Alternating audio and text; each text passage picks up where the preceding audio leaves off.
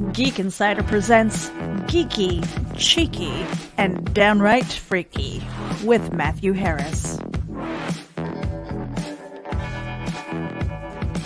He's taking a closer look at some of the wonderfully weird, gloriously geeky, and freaky things in our world.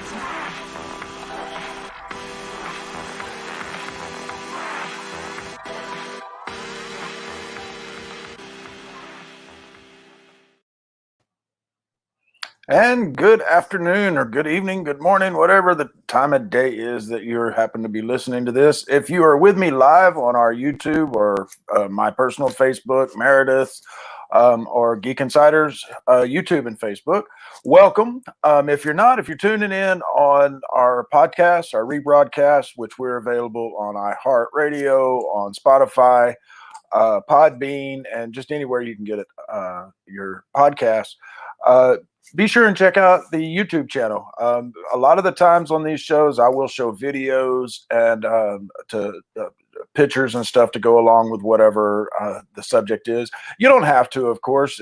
You should be able to get the bulk of the gist of the show just listening on the podcast. But if you want to check out the video portion and the photos and stuff, then tune in via our YouTube channel, which you can find on via Geek Insider.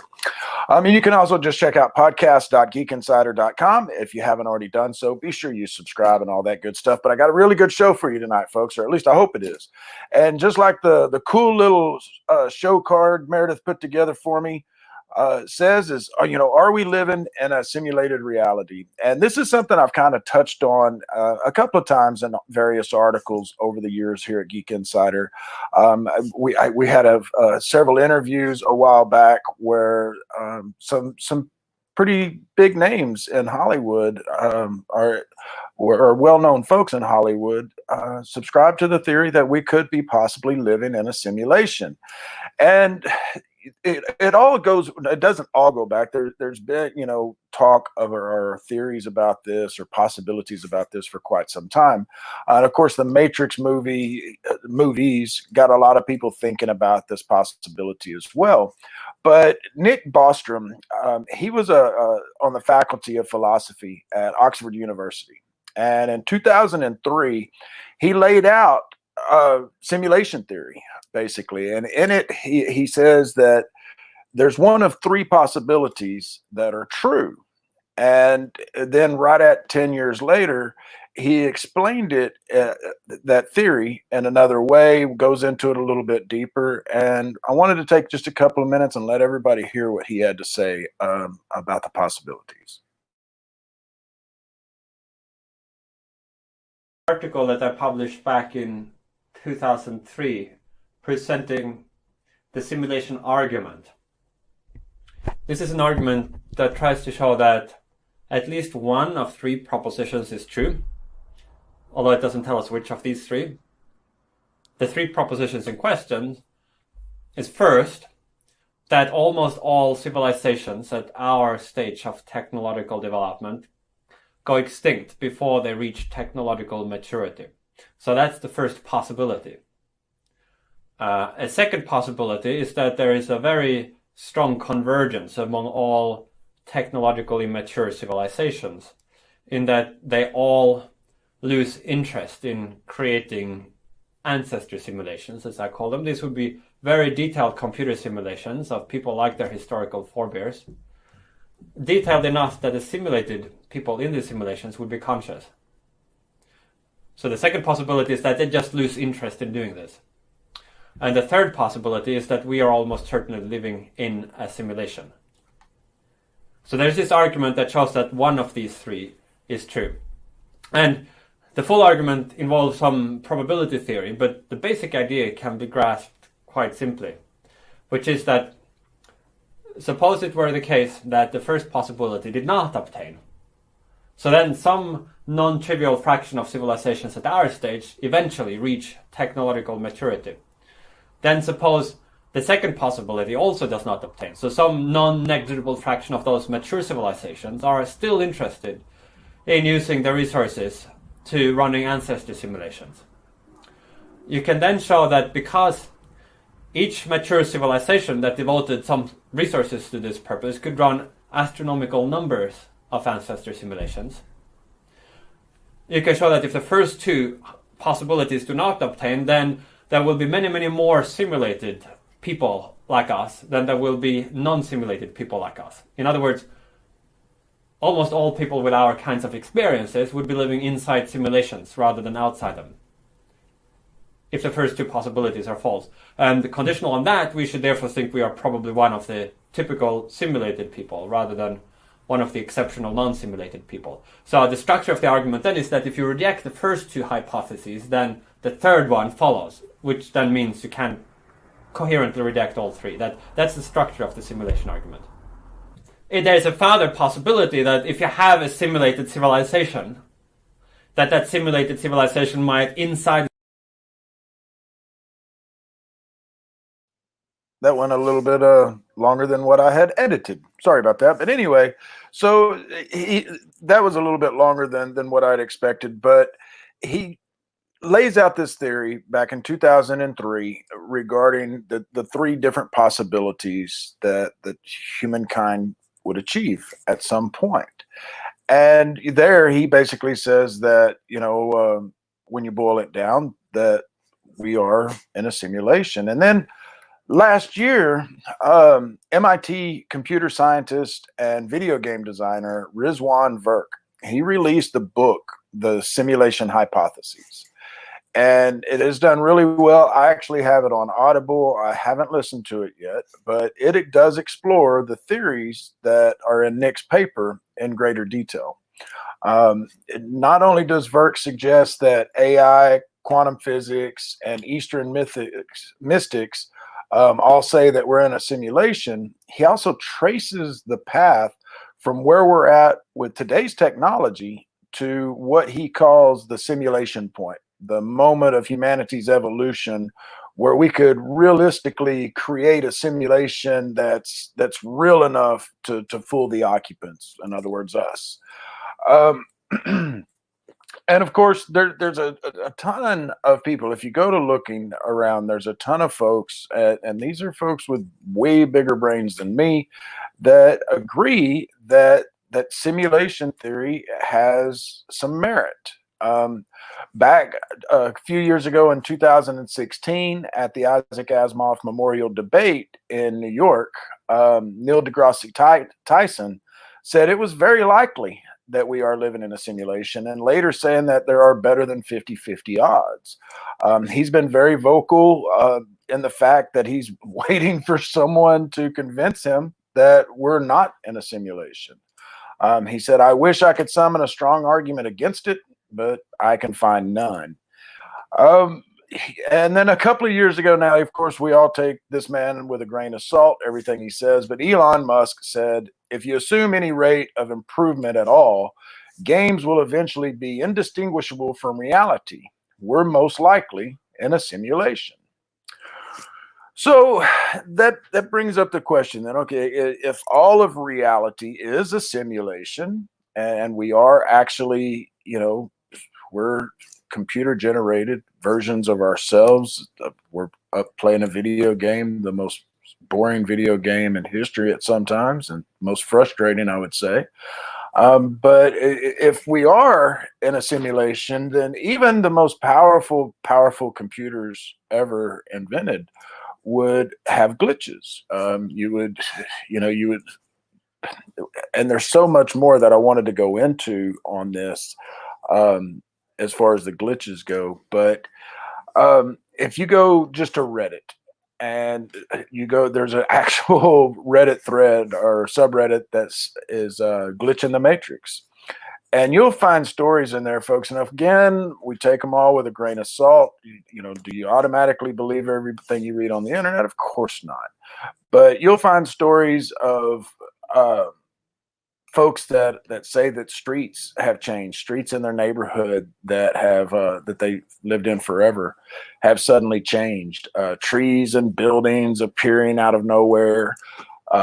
People swearing that the people writing that other people are coming up and saying they were best friends growing up, that they have photos showing them together throughout time, and then the author just doesn't remember it. And we'll discuss that a little bit more in depth here in just a moment. And then we got a lot more to discuss tonight. So stay tuned, everyone, and we'll be right back after this. We'll be back right after this. Check it out. MobileEdge.com has award-winning products with innovative features and contemporary, edgy designs that empower you to look sharp and travel smart with your mobile tech. Your beloved, not to mention expensive gaming gear and mobile tech devices, are an extension of you, so give them the protection and style they deserve wherever you go. Find them at MobileEdge.com and protect your tech with Mobile Edge. Bring it on. Hey Geek Insiders, Mobile Edge has a special coupon code for our dedicated listeners. Get 25% off your Mobile Edge gear using coupon code GEEK25. That's GEEK25. Geek out. Okay, so as I was saying, these folks on Reddit will say that, and there's been several of them, it's not just been one person, where someone comes up, has photographs from the past of events that the author doesn't remember, citing friendships that they don't recall. And of course, don't get me wrong, this could be the result of drug usage or brain damage or, any underlying medical conditions. I'm fully well aware of this, folks. But my thing is that there's so many of these types of reports, you have to wonder if they're all medical or mental related. And let's take a look here. Oh, just a second here. Oh, I got you. Another thing that I've seen, though, personally, I've seen glitches in the Matrix. When I was probably 12, 13 years old, myself and two cousins were staying the night with another aunt, and we were rambunctious teens. We always stayed up all night every time that we were together.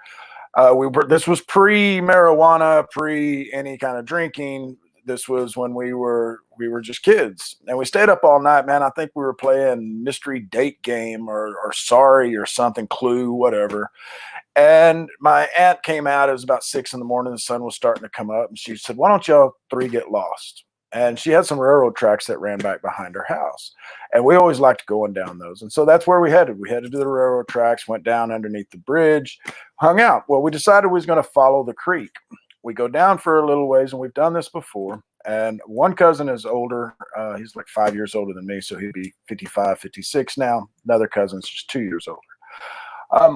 As we're going down, we saw a split in the creek that had never been there before, or we had never noticed. Well, we go down that creek, that spur, and there is a big, giant open valley, complete with waterfalls across the way, and just vines everywhere. And we're standing at the edge of this cliff, and we're, just kind of blow it off. We turn around, walk away, go down the creek a little bit more, come back to see it again, and it's gone. And to this day, my oldest cousin will not discuss it. The younger cousin, he will, but he just kind of blows it off that it was a mirage or a figment of our collective imaginations. So that was kind of my first glitch in the matrix, or rip in the time continuum, whatever the hell it was. A few years ago, though, I had another really strange one. My wife and I, Brenda, we were sitting in the living room where we had sat for over a year every evening. And she happened to notice that my eyes were green. Now, my eyes are very, very, very dark brown. They're almost so dark that they're black. You can barely see the pupil. And so it kind of startled her, and she couldn't get a picture of it. It came across a little green, but just not much. Well, as we were taking the picture, we had the sun right in our eyes coming in from the window, and we both saw where the sun was at. After the eye incident, and she's kind of tripping out that my eyes turning green. She's thinking I'm having a stroke or something. It went on for about 15 minutes, and then we noticed that the sun had went back up. it was in an impossible area to where it had just been. And I'm not talking reflecting off of a roof or anything. We saw the sun through the trees coming in the window. And then, 15 minutes later, it was back up, and then it came back through the area like it had already done. So that was another tripped out incident. If you watched the show before, a couple of weeks ago, I discussed the Mandela Effect. And for me, that's one of the biggest damn indications of a glitch. Again, I don't believe every Mandela Effect out there, or I don't share them. I shouldn't say I don't believe them, because if mass amounts of people remember or misremember the same thing, who am I to argue with them, because my memory doesn't line up with them, because there's thousands or millions out there that their memories don't line up with mine. But one of the biggest Mandela effects for me is Ed McMahon. If you're not aware of this, Ed McMahon in the 80s and into the 90s, he worked for a publishing company where they did sweepstakes. If you're like me, you remember it as Publishers Clearinghouse, and that Ed would go to winners' doors and he would surprise them with big oversized checks. Well, it never happened. Ed not only worked for a competitor, which was called American Family Publishers, which I could kind of get that maybe they had the world's worst marketing and they just let everybody go on forever thinking that their highly paid celebrity worked for the competition all those years. Okay, I can get that. But he also never left the studio, folks. He never once awarded a winner a big oversized check. And you can, I've got a big long article that lists out a crap load of stuff of instances where it's listed that he worked for Publishers Clearinghouse, including his obituary. Man, you think they would get that right. But there's other ones that I haven't really touched on a whole lot, not on this show at all. But I haven't touched on them much on geekinsider.com. And I wanted to ask you folks, when you think of Jello, if you grew up in the 70s and 80s, what Jello song do you remember?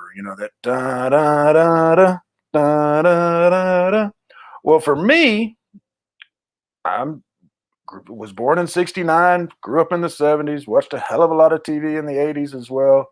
It was always watch it wiggle, see it jiggle, or vice versa.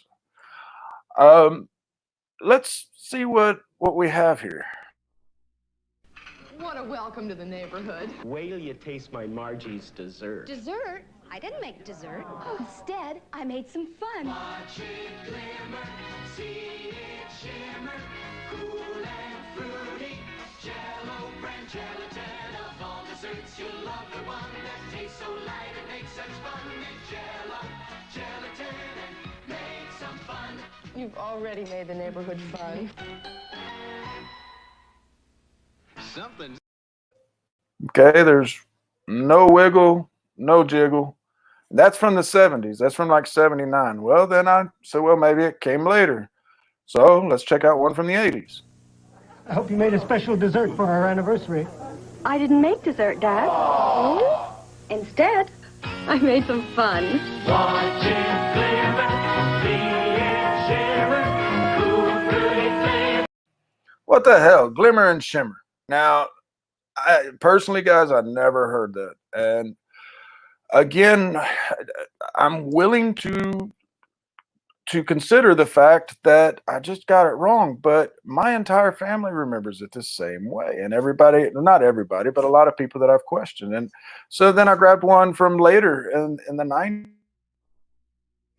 What a welcome to the neighborhood. Wait till you taste my Margie's dessert. Oops, wrong one. This one. Now, Jello put the wiggle in a cup. Did that wobble? Did that wiggle? Did that? At least they said wiggle that time, but wobble and wiggle. So anyway, that one kind of screwed me up. And that was one that I just found, I say recently, but it was a little over a year ago. But then here's one for anybody of any age. You more than likely have seen Snow White. And when you think of the bad witch, the evil witch, and she goes up to her mirror, what is the line that you hear her say? Let's see what comments are saying real quick. Oh, Matthew's singing. this is weird. Maybe someone made a spoof of it. I recall Wiggle and Jiggle too. Carl, I have yet to find a single commercial, and I've looked. Again, there's an article somewhere on my Mandela articles where I go into the Jello and can't find it. Can't find Wiggle and Jiggle nowhere. But going back to Snow White, what do you remember? What is what the witch says to the mirror? Well, if you're like me, you remember something that just probably isn't going to sound too right to you. Here, check it out.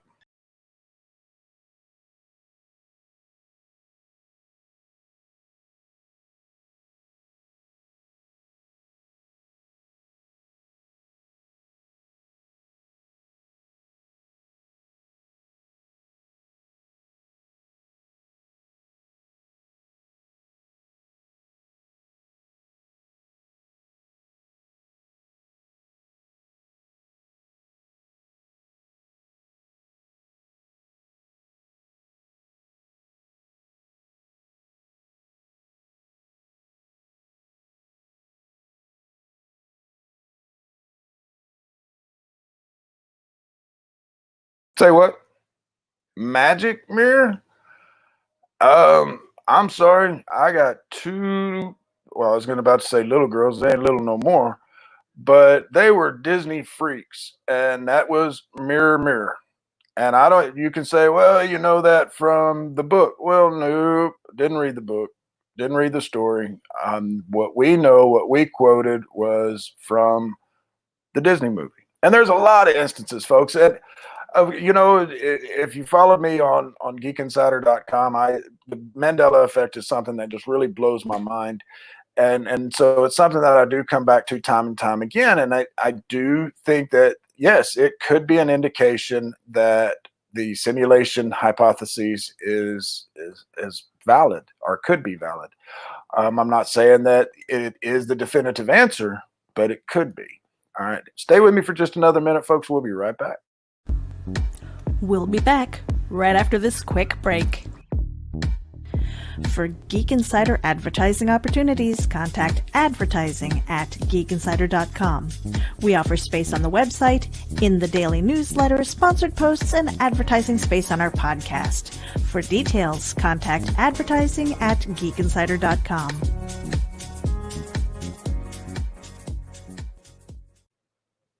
Now, like I said, you know, the Mandela Effect isn't my definitive, oh my God, we're in a simulation. Even though the Mandela Effect movie that came out last year, I'm not going to give any spoilers or anything, but it does get into the simulation possibility quite deeply. And Jake said divergent paths, alternative realities, blending, very much so. That's another possibility that I am very considered upon for the Mandela Effect and the simulation theory or hypotheses, is that if we are in a multiverse and the Mandela Effect is a result of those worlds colliding. And again, folks, don't write me off as some nut. I am open-minded enough to completely, if somebody proved to me beyond a shadow of a doubt that it was nothing but, you know, somehow everybody across all these different walks of life remembered things incorrectly the same way. If you could prove to me that it was a conditioning of some sort and that it's all memory issues, then I would go with it. But until then, I'm kind of like Neil deGrasse Tyson, is that until you can show me definitive proof, I'm kind of 51-50 on it. I'm 51% that we are in something else going on. But anyway, back to the Mandela Effect movie. In fact, back before we started podcast and all of that, I interviewed the director, David Guy Levy, and the stars, Robin Lord Taylor, Charlie Hoffman, I always get his name wrong, Hoffheimer, and then Alexa Palladino. And I really enjoyed that movie. I know some folks didn't, especially in the Mandela Effect community, but I really enjoyed it. But I don't know. oh, hush. She heard me say that actress's name. Anyway, all of the folks in that movie were really open-minded as to what really causes the effect. And none of them had been exposed to the effect before being brought in for the roles. And both Robin and David, the director and the writer, they're pretty convinced that the simulation hypotheses is the most probable answer, and I'd love to pick their brains some more on the subject. If you hadn't seen that, it's available on Amazon Prime for free, or it's available on iTunes. But of course, if we get into movies, about the Matrix or simulations, there's the Matrix, like I said earlier, that's the one that most people kind of reference, but there's a lot. Rick and Morty had an episode, I think the first season. Oh God, there was something else I just seen recently that was a simulation, a simulation theory. Oops, sorry. But anyway, so that was the questions that I had for this week is, with so many brains, and I know some of the folks that I pointed out aren't considered, big brains in their field or in any field really. They're just around. But there are a lot more folks out there that have considered that it's a probable, not just possible, but that it's probable that we are living in a simulation. Now, what does that mean? I don't know.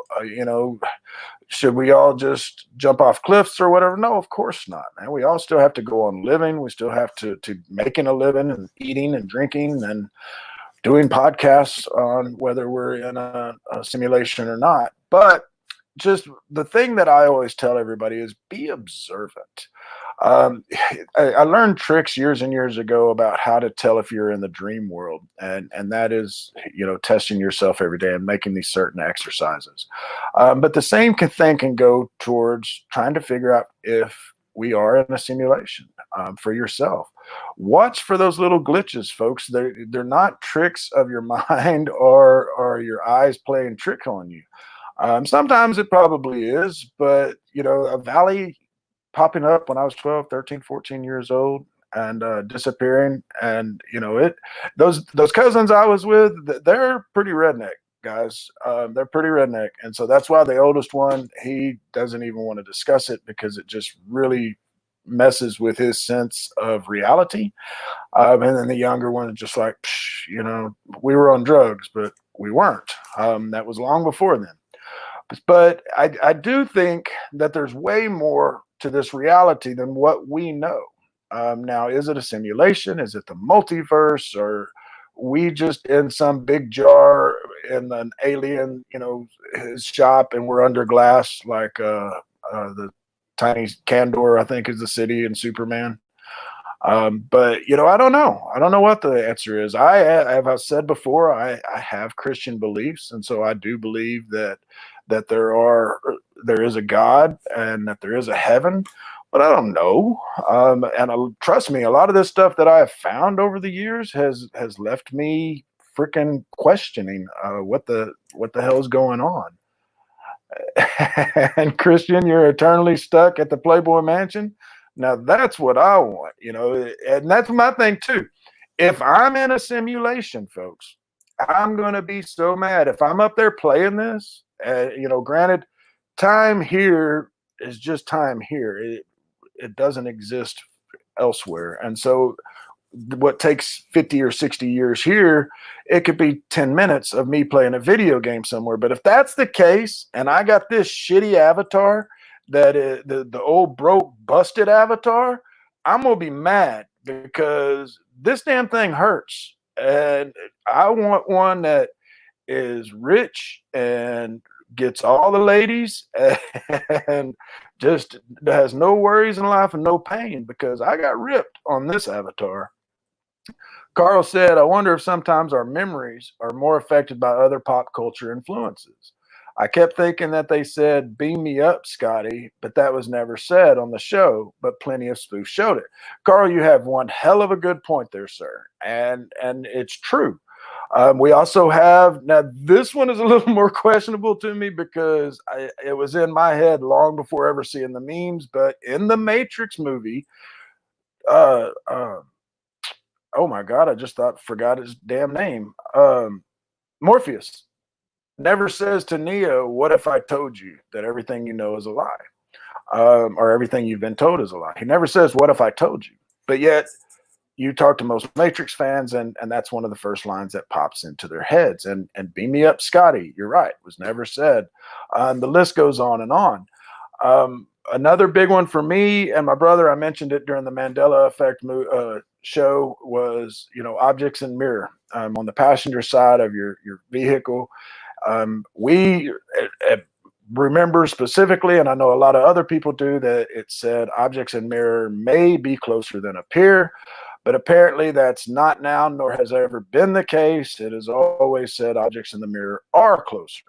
And so that's another one that makes me go, wait, what? And it also really initiated my brother into the whole Mandela Effect thing. He is an auto technician, and I had gotten him on a couple of others. I got him on another one. Who makes stovetop stuffing?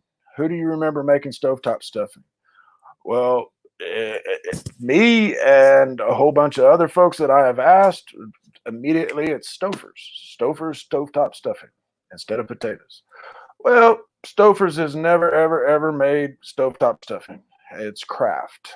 And so Stouffer's has only made frozen meals and never once made stovetop stuffing. And I even got my mother-in-law on this one. She's 75 years old. I got my brother again on it.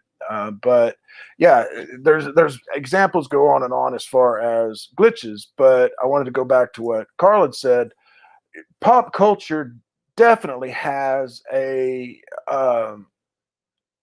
an influence on a lot of the reported Mandela effects. And that's why if you go onto Reddit, there is a really good Mandela Effect subreddit. And I love it. I visit it frequently, not as frequently as I used to, but I've got friends over there. They've helped me with content and articles before. And my research into Ed McMahon, somebody helped me immensely with that. But you have to take the reports with a grain of salt, because you'll have everybody or people come in there going, hey, I remember that this character was wearing a blue shirt in this instead of a white one. But then when you do get, a large group of people, a couple of hundred saying that they remember it that way as well, it does become a little bit more of a what's going on here. But anyway, so yeah, the hypotheses, the simulation hypotheses, there's a lot of information out there, but I do recommend that if you're interested in the subject and you want to learn more, is starting with Rizwan Verk's book, The Simulation Hypotheses. That one has turned a lot of people towards this this popular theory. Including, like I was saying, the director and the actors of the Mandela Effect movie. And then a lot of other people that I know. That's why I picked it up in the first place. I just haven't had a chance to listen to it. But anyway, that's going to do it for me tonight, folks. Next week, I don't know what I'm doing yet. I think I have an interview. We got a lot of interviews coming up this week, folks, in the next couple of weeks. Between my show and Meredith, Lady Geek, and then our joint show, Geek Speak. We've got some killer guests coming out. We got some folks that are doing a show or a movie called Kendra and Barbie Save the Tiger King. And there's some folks, I did an article on that a couple of weeks ago. And then we've got the Pet Peeve Police that we're doing an interview with. We've got some folks that got a really cool not invention, but a tech coming out. It's called Feel Belt. And you're going to want to see this one. We're recording that on Friday. It'll probably be out. Or no, I think Meredith and I said we were going to go live on that one. Anyway, make sure you're following us on geekinsider.com or podcast.geekinsider.com. And yes, ma'am. That's going to do it for me, everybody. I'll see you next week. And as a matter of fact, next week, I'm going to move the show to 7 o'clock Central. And so that'll be 8 o'clock Eastern and 6 o'clock Pacific. Just to give me a little bit more time to prep for the show. But thanks so much, everybody. Follow us again or subscribe to our podcast. We'll see you next week. Have a great rest of your week. Take care. Thank you for tuning in to Geeky, Cheeky, and Downright Freaky, a Geek Insider production powered by NSC Live TV. Become part of our show with sponsorship and advertising opportunities. For details, contact advertising@geekinsider.com or visit podcast.geekinsider.com. The Geek Insider podcast is available on your favorite app, so please hit the follow button and share it out to your friends. Because if you don't, you might have to turn in your geek card.